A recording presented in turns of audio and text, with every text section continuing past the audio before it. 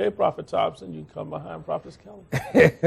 You know, Master Prophet, laid in every signature of nature and life is this one mystery. It all starts from within. Ooh. Where does the mango tree get its mango? Within. The apple tree? Yes. From within. Ask the fish where you get your other fish. From within. It all comes from within to every life form, and God laid it as a hidden mystery in all of us. Prophet Kelly, I know you're glad you didn't have to come behind that. That there would preach you all day long. Now, I would have to ask him the question. go ahead, ask the question. So Someone asked the question. So which then came first, the mango or the tree? Before the mango was, the tree is.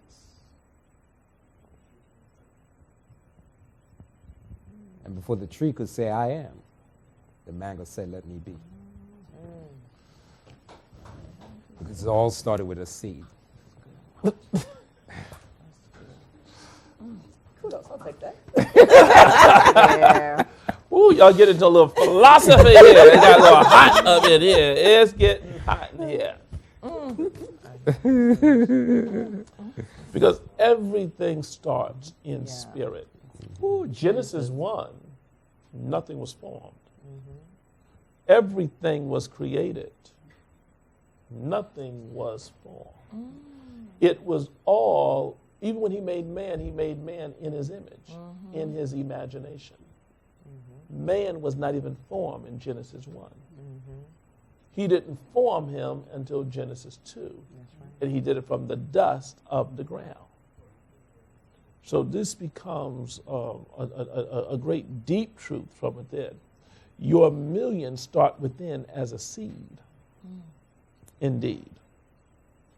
Okay, let's continue on reading here. Your conversations also reflect this fundamental responsibility for your reality. Words have mass, form, energy, and potency, and the substance of your conversations will shape what happens to you. Okay, so I want everyone to type in right now the substance of my conversation will shape what happens to me. The substance of my conversation will shape what happens to me. Prophet Kelly, what would you say about that? Yes, Master Prophet, because your words have power.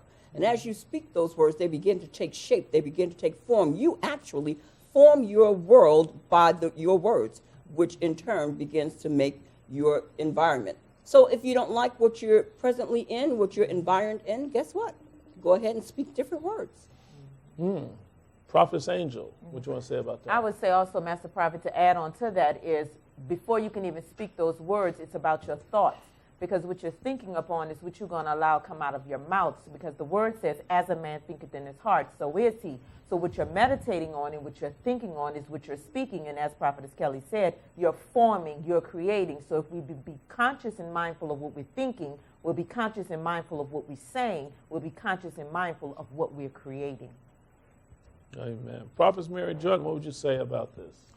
Yes, Master Prophet, what you think on is what you are, and when what you speak, that's what you're thinking. So you are your thoughts.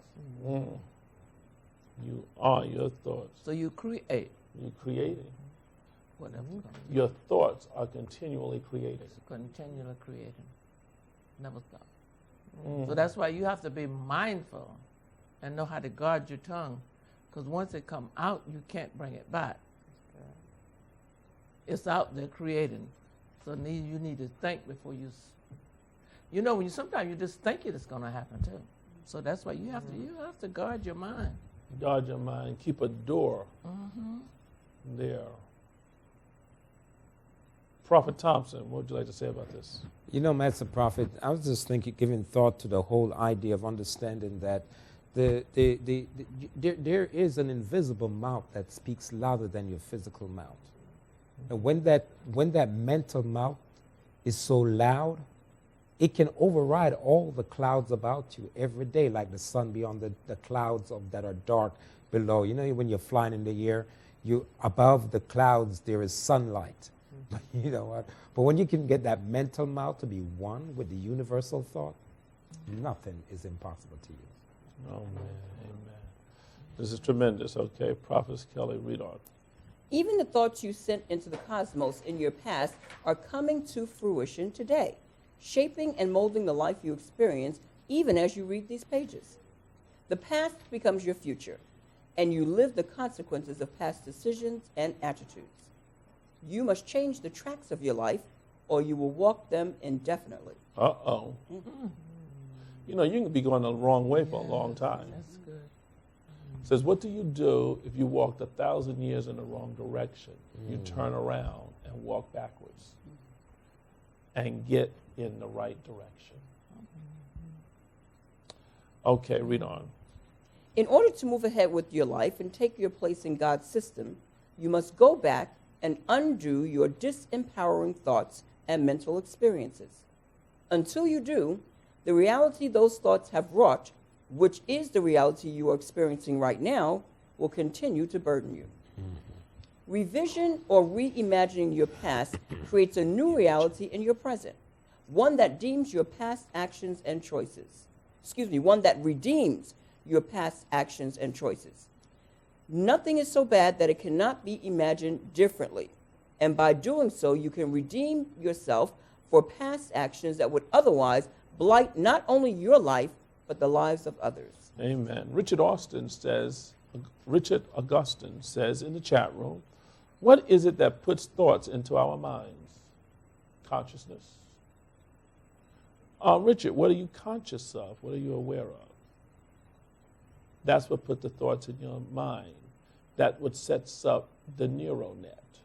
That's what allows you to cast the net or to be the catcher. What do you have an appetite for? What things soever ye desire when ye pray, believe. It's desire. It's the prompting of something. A desire is proof that it exists. It also is a proof that it's available for you. I would say it's consciousness, because consciousness is all that there is, Richard. And I hope that will give you some solace today. Okay, read on. Look at the end result you desire, such as wealth, a fine home, satisfying relationships, or excellent health, and determine what you must shape in your mental experience in order to set the wheels that will bring those outcomes turning. When you gain the insight to look both ahead and backward in time, you will gain greater power over your life and your future. All right.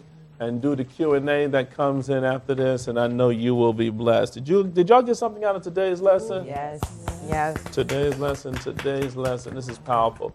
And I hope you got something out of today's lesson as well.